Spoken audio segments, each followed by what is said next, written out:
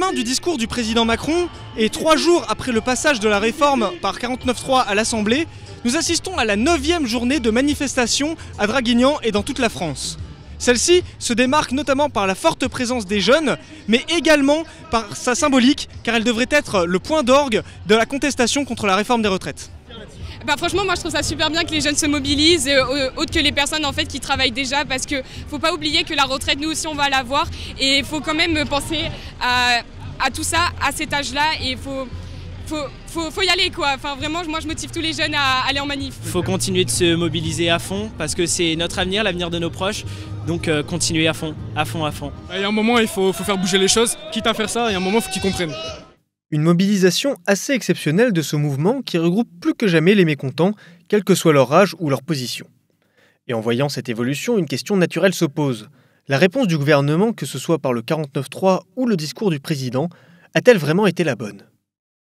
Je trouve qu'il méprise complètement ce mouvement, qui est un mouvement du peuple, qui est un mouvement qui vient du bas, qui exprime son mécontentement, qui voudrait un référendum, qui voudrait dire aujourd'hui qu'on n'a pas envie de cette réforme des retraites, que peut-être d'autres choix sont possibles, que encore et encore sanctionner les gens qui travaillent, les gens qui sont là pour faire tourner la France aujourd'hui. La réforme elle est passée avec un 49.3, donc pour nous la réforme elle n'est pas légitime parce qu'elle n'a pas été votée démocratiquement. La démocratie elle est ici, elle va s'exercer au quotidien, on va aller jusqu'au bout, pour nous la réforme elle n'est pas juste. Voilà, on a certains qui ont été missionnés par le capital pour défendre effectivement une réforme qui n'est pas juste et qui ne convient surtout pas à l'ensemble du peuple français. Donc nous la réforme déjà elle n'est pas légitime.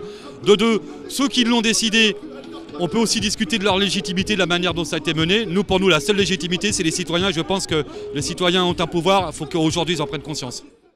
Et les citoyens semblent vouloir exercer ce pouvoir de plus en plus. En effet, les récents développements ont amené à une multiplication d'actions plus ou moins isolées et indépendantes de l'intersyndicale à travers la France.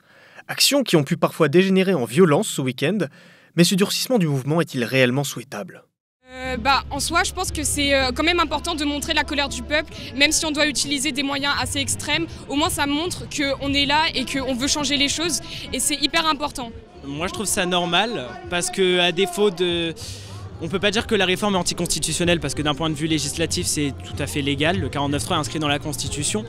Mais d'un point de vue démocratique, ça va à l'encontre des valeurs de notre République. C'est très bien, hein.